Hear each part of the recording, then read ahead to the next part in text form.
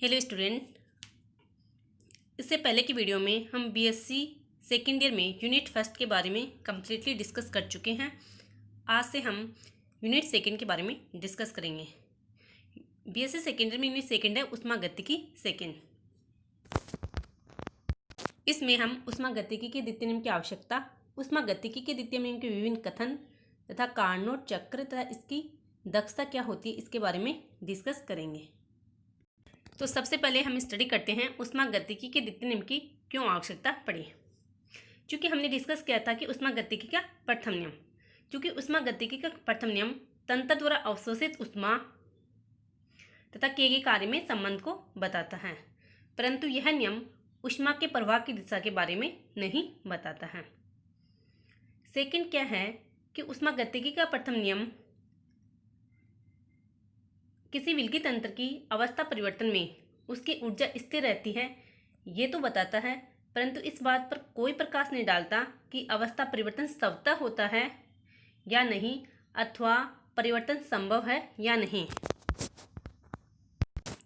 एवं थर्ड बात है कि प्रथम नियम के अनुसार हम जानते हैं कि एक प्रकार की ऊर्जा तुल्य मात्रा की दूसरे प्रकार की ऊर्जा में परिवर्तित हो जाती है, परंतु प्रथम नियम ये स्पष्ट नहीं करता है कि ऊष्मा को बिना अन्यत्र परिवर्तन किए तुल्य मात्रा के कार्य में पूर्णतः परिवर्तित नहीं किया जा सकता। अतः ऊष्मागतिकी के प्रथम नियमों की सीमाओं के कारण प्रथम नियम की इन कमियों को दूर करने के लिए हमें ऊष्मागतिकी के द्वितीय नियम की आवश्यकता पड़ी। जैसे सवतः प्रक्रम वे प्रक्रम होते हैं जिसमें बिना किसी बाह्य साधन की सहायता से जो प्रक्रम होते हैं वो स्वतः या स्वाभाविक प्रक्रम कहलाते हैं। जैसे जल का हमेशा उच्च तल से निम्न तल की ओर, नीचे निम्न तल की ओर प्रभावित होना, ऊष्मा का गर्म वस्तु से ठंडी वस्तु की ओर स्वतः प्रवाहित होना। हम सभी स्वतः प्रक्रम अनुत्क्रमणीय प्रक्रम होते हैं तथा इन प्रक्रमों से उत्क्रमणीय प्रक्रमों की तुलना में बहुत कम कार्य प्राप्त होता है। अब हम डिस्कस करेंगे ऊष्मागतिकी के द्वितीय नियम के विभिन्न कथन। ऊष्मागतिकी के द्वितीय नियम के विभिन्न कथन केल्विन तथा क्लेसियस के अनुसार दिए गए। तो सबसे पहले हम डिस्कस करते हैं केल्विन के अनुसार। केल्विन ने बताया कि किसी चक्रीय प्रक्रम में उच्च ताप के ऊष्मा भंडार से निम्न ताप के ऊष्मा भंडार को कुछ ऊष्मा स्थानांतरित किए बिना उसी समय ऊष्मा को कार्य में परिवर्तित करना संभव नहीं है। अर्थात किसी भी कार्य की सतत प्राप्ति के लिए सिंक का होना आवश्यक है। इसे हम इस रूप में भी समझ सकते हैं कि केवल एक ऊष्मा स्रोत से जुड़े एक तंत्र से चक्रीय प्रक्रम द्वारा परिवेश पर कुछ कार्य संभव नहीं है। ऊष्मागतिकी के द्वितीय नियम को निम्न शब्दों में परिभाषित किया जा सकता है कि किसी भी चक्रीय प्रक्रम में किसी स्रोत से ग्रहण की गई ऊष्मा अपने कुछ भाग का हनन किए बिना तुल्य मात्रा के कार्य में परिवर्तित नहीं हो सकती। अर्थात यानी ऊष्मा को अपना कुछ भाग का हनन करना ही होगा, तभी वह कार्य में परिवर्तित हो सकती है। एवं क्लासेस ने बताया कि ऊष्मा स्वतः ही निम्न ताप से उच्च ताप की ओर प्रभावित नहीं हो सकती। अर्थात किसी भी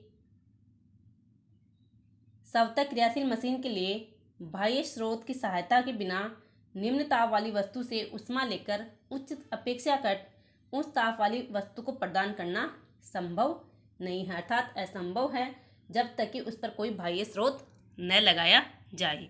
ये द्वितीय नियम के विभिन्न कथन हैं। अब हम डिस्कस करेंगे कार्नोट चक्र।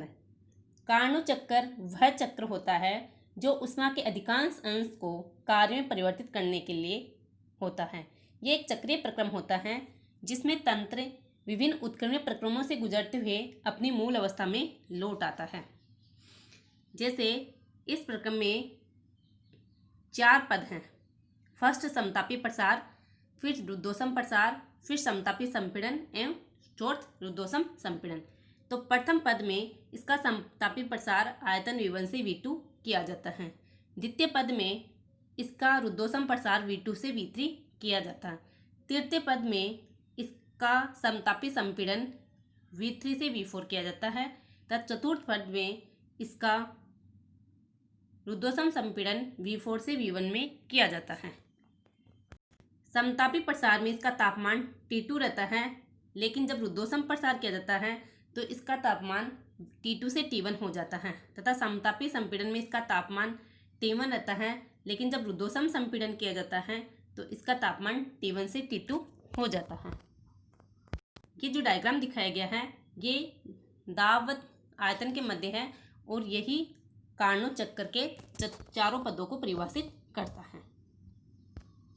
सबसे पहले कार्नोट चक्र को समझने के लिए हम एक गैसीय तंत्र लेते हैं कि हमने माना कि एक भारहीन व घर्षणहीन पिस्टन युक्त सिलेंडर है जिसमें 1 मोल आदर्श गैस भरी हुई है। चूँकि यह एक काल्पनिक ऊष्मा इंजन है जो कि 2 ऊष्मा भंडारों स्रोत व ताप सिंक के मध्य कार्य करता है। स्रोत का ताप T2 है तथा सिंक का ताप T1 है। यदि किसी ऊष्मा भंडार से ऊष्मा ली जाती है तो वह स्रोत के रूप में कार्य करता है और यदि ऊष्मा भंडार को ऊष्मा दी जाती है तो वह सिंक के रूप में कार्य करता है। तथा 4 पदों समतापी प्रसार, रुद्धोष्म प्रसार, समतापी संपीड़न तथा रुद्धोष्म संपीड़न, इन 4 उत्कीर्णन पदों से गुजरकर तंत्र अपनी मूल अवस्था में लौट आता है। इस प्रकार कारणों का यह संपूर्ण 4 चक्रीय प्रक्रम है। तो सबसे पहले हम डिस्कस करेंगे समतापी प्रसार। सबसे पहले तंत्र को T2 ताप वाले स्रोत के संपर्क में रहते हैं तथा गैस का उत्क्रमण रूप से समतापी अवस्था में आयतन V1 से V2 अर्थात बिंदु A से B तक प्रसार किया जाता है तथा इस प्रसार में Q2 ऊष्मा अवशोषित होती है। चूँकि हम जानते हैं कि यह प्रसार समतापी है तथा समतापी प्रसार में ऊर्जा परिवर्तन शून्य होता है, अतः संपूर्ण ऊष्मा कार्य में परिवर्तित हो जाती है। यदि इस प्रसार में किया गया कार्य W1 हो तो ऊष्मागतिकी के प्रथम नियम से डेल्टा E बराबर Q2 प्लस W1। चूँकि समतापी प्रसार में डेल्टा E का मान 0 है अतः Q2 बराबर माइनस W1। चूँकि हम जानते हैं कि समतापी उत्कीर्णन प्रसार में किए गए कार्य का मान W1 बराबर माइनस RT2 ln V2 बट्टा V1 होता है, अतः Q2 बराबर माइनस W1 बराबर RT2 ln V2 बट्टा V1 प्राप्त होता है, जिसे समीकरण 1 व 2 से रिप्रेजेंट किया गया है। सेकेंड है रुद्धोष्म प्रसार। रुद्धोष्म प्रसार में गैस का प्रसार आयतन V2 से V3 अर्थात बिंदु B से C तक किया जाता है। चूँकि हम जानते हैं कि रुद्धोष्म प्रसार में ऊष्मा का मान शून्य होता है तथा ताप T2 से T1 तक घटता है, अतः ऊष्मागतिकी के प्रथम नियम से डेल्टा E बराबर Q प्लस W अर्थात डेल्टा E बराबर W2 प्राप्त होता है। चूँकि हम जानते हैं कि स्थिर आयतन पर ऊष्माधारिता CV बराबर delta E upon delta V delta T constant volume प्राप्त होता है, अतः डेल्टा E बराबर CV dt। चूँकि ताप T2 से T1 घटता है अतः अंतिम ताप T1 तथा पहले का ताप T2 है अतः डेल्टा E बराबर CV T1 माइनस T2, अतः W2 बराबर CV T1 माइनस T2 प्राप्त होता है, जिसे समीकरण 3 व 4 से रिप्रेजेंट किया गया है। तृतीय पद है समतापी संपीड़न। अब गैस का समतापी संपीड़न आयतन V3 से V4 अर्थात बिंदु C से बिंदु D तक किया जाता है।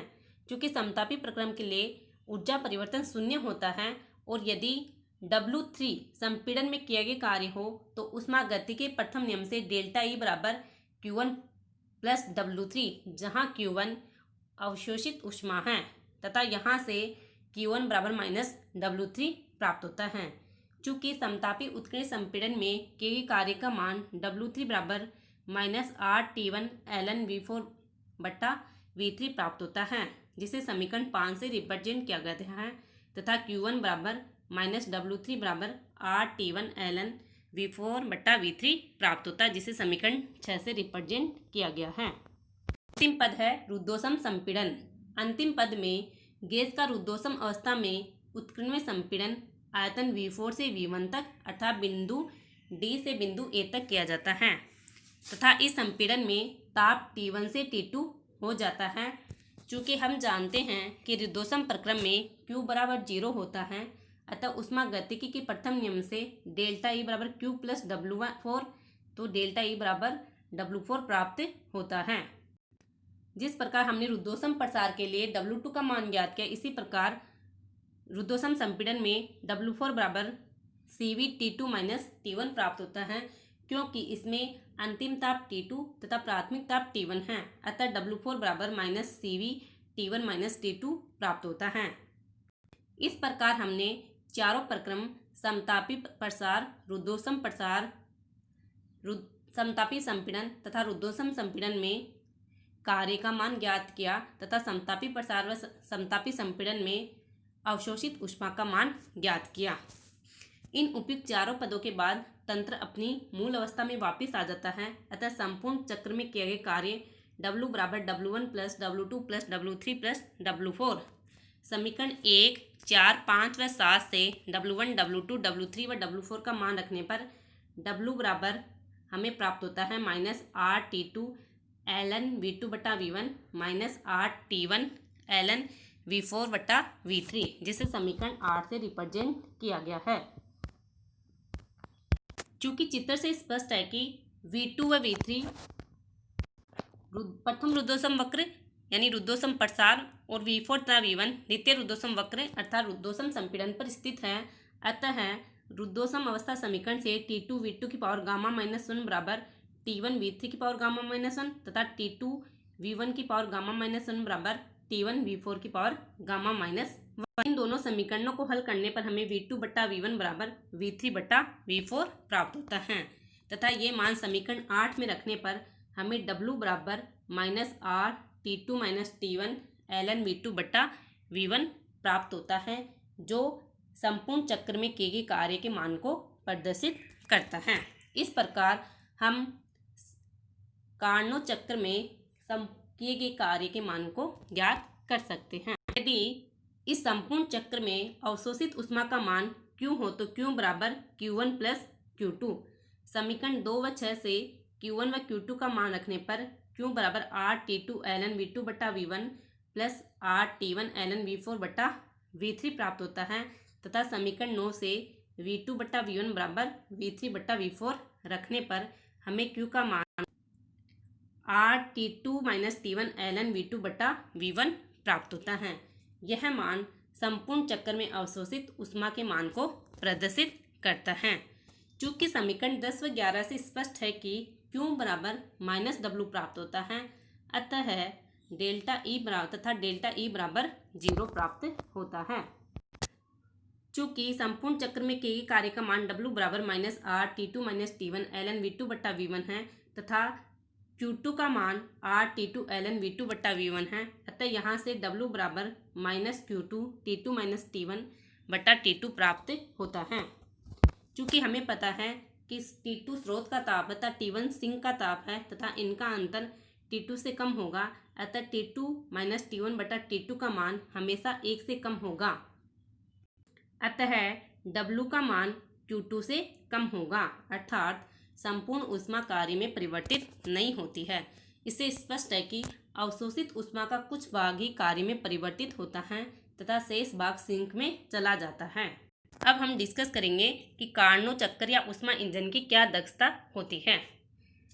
किसी इंजन की दक्षता वह है कि किसी ऊष्मा इंजन में अवशोषित ऊष्मा का वह भाग जो कि तुल्य मात्रा के कार्य में रूपांतरित होता है, इंजन की दक्षता कहलाता है, जिसे नीटा से रिप्रेजेंट किया जाता है। अर्थात नीटा बराबर W अपॉन Q2 बराबर T2 minus T1 upon T2। इससे स्पष्ट होता है कि किसी इंजन की दक्षता केवल स्रोत तथा सिंक के तापों पर निर्भर करती है जिनके बीच यह इंजन कार्य करता है, उस कार्यकारी पदार्थ पर निर्भर नहीं करती है। क्योंकि हम जानते हैं कि T2 minus T1 upon T2 का मान 1 से कम होता है, अतः इंजन की दक्षता भी हमेशा 1 से कम होगी, अर्थात कभी भी 100% नहीं होगी। और यदि तंत्र द्वारा अवशोषित शुद्ध ऊष्मा का मान Q बराबर Q2 माइनस Q1 होगा। अतः ऊष्मागतिकी के प्रथम नियम से W बराबर Q2 माइनस Q1।